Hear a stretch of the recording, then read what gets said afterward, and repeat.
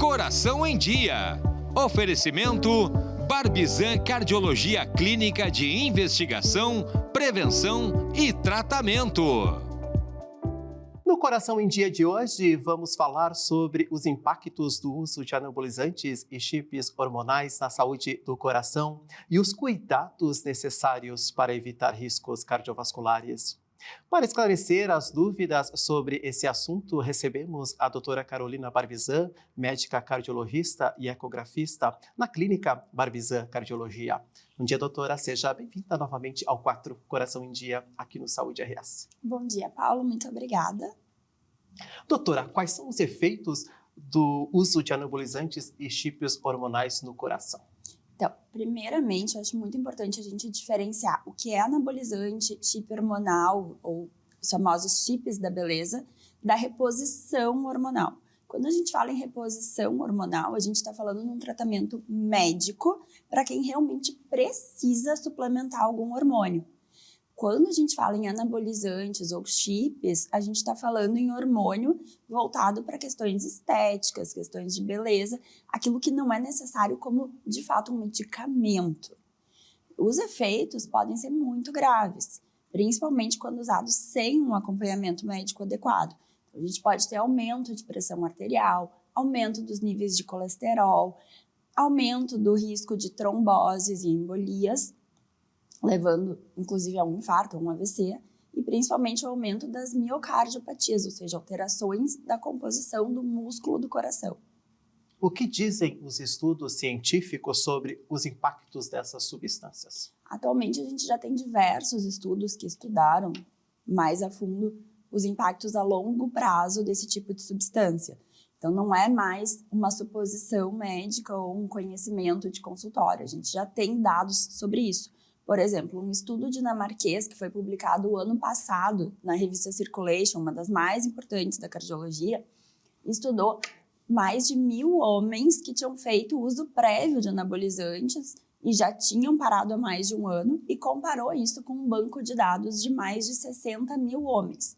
E na comparação, eles viram que esses 1.000 homens que tinham feito uso de anabolizantes tiveram até 3 vezes mais infartos, 3,6 vezes mais insuficiência cardíaca e até 9 vezes mais miocardiopatias do que a população que nunca tinha feito uso desse tipo de hormônio.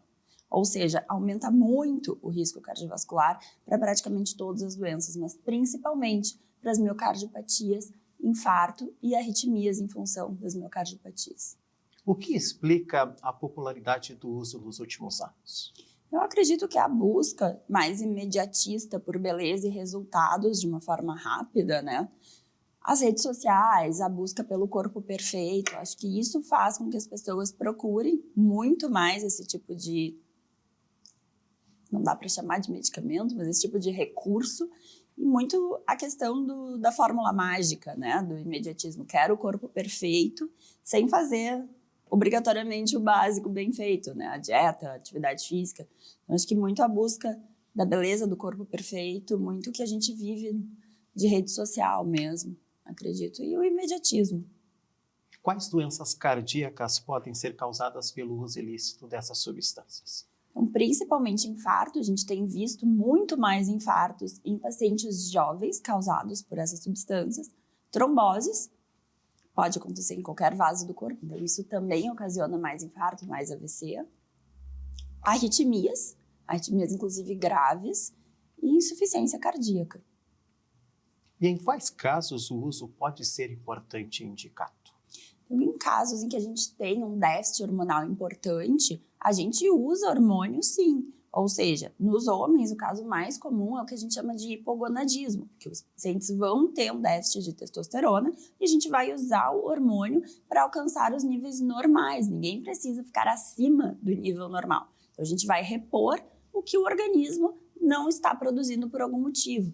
Nas mulheres, é muito comum a reposição hormonal ali durante a perimenopausa ou menopausa, porque também é um período em que o corpo reduz a produção principalmente do estrogênio, mas também da progesterona, e a gente pode repor isso para melhorar a qualidade de vida dessas mulheres. Ou seja, quando a gente não está produzindo, o nosso organismo não produz os níveis normais de hormônio, daí sim a gente tem indicação de repor com acompanhamento, com cuidado, para voltar para os níveis fisiológicos, para aqueles níveis que a gente considera a faixa da normalidade.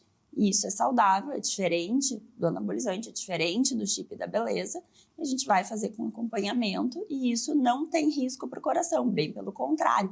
Isso pode até reduzir o risco. Por exemplo, nas mulheres na perimenopausa, quando a gente faz a reposição hormonal adequada, a gente tem inclusive uma redução do risco cardíaco.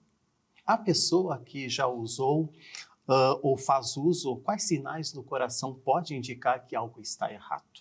Principalmente cansaço, dor no peito, palpitações, sonolência excessiva, mal-estar, tontura, desmaios. Mas o mais importante é lembrar que não dá para esperar os sintomas aparecerem. Quando os sintomas aparecem, pode já ser muito tarde. A miocardiopatia, por exemplo, e como eu falei anteriormente, o uso hormonal pode aumentar em até 9 vezes o risco das miocardiopatias. Elas são silenciosas até um estágio já muito avançado. Então, é importante que os pacientes que fizeram uso prévio ou estão em uso de hormônio sem acompanhamento médico procurem um cardiologista e estejam muito honestos em relação ao uso do hormônio. Não adianta querer esconder do médico o uso. É importante ter esse acompanhamento justamente por isso. Os sintomas eles vão aparecer numa fase mais tardia e que muitas vezes já não vai mais ter tanto recurso para reverter o efeito cardíaco. Então, é importante acompanhar desde o início. Quais são os tratamentos para reverter esses casos? A gente faz o acompanhamento. Primeiro, é importante fazer o diagnóstico, então, através dos sintomas, da conversa no consultório, mas também através de exames como eletrocardiograma, ecocardiograma, eventualmente até uma ressonância do coração. E a gente pode usar os fármacos que a gente tem disponíveis para o tratamento, principalmente da insuficiência cardíaca, que é o que acontece com a maioria desses pacientes. Então, beta-bloqueadores, inibidores do receptor da angiotensina, os bloqueadores dos receptores da angiotensina. A gente tem diversos medicamentos que podem melhorar a qualidade de vida nesses pacientes. Qual o recado deixa para quem faz uso ou já fez uso dessas substâncias? O principal recado é lembrar que a saúde do coração ela não acompanha o imediatismo da estética. Então, apesar do corpo estar bem, estar bonito, estar em forma e bem treinado, não necessariamente o teu coração vai estar saudável. Lembrar que quando a gente usa uma substância para aumentar o volume de músculo no corpo, o volume do músculo cardíaco também vai aumentar e isso não é bom. Isso leva a uma insuficiência cardíaca. Então, lembrar que a saúde do coração é extremamente importante e que ela precisa ser acompanhada. As doenças cardiovasculares, principalmente a doença isquêmica, combinação de infarto e AVC, é a principal causa de morte no Brasil e no mundo. E a gente tem que lembrar que os hormônios, quando não são bem indicados, quando usados de forma supraterapêutica, ou seja, acima dos níveis fisiológicos, eles aumentam e muito o risco de infarto. Então, a gente tem que cuidar desde o início. O coração tem que ser o foco principal. Carolina Barbizan, médica cardiologista na Clínica Barbizan Cardiologia, agradecemos pela presença no Coração em Dia aqui no Saúde RS. Muito obrigada, eu que agradeço, foi um prazer. Coração em Dia. Oferecimento Barbizan Cardiologia Clínica de Investigação, Prevenção e Tratamento.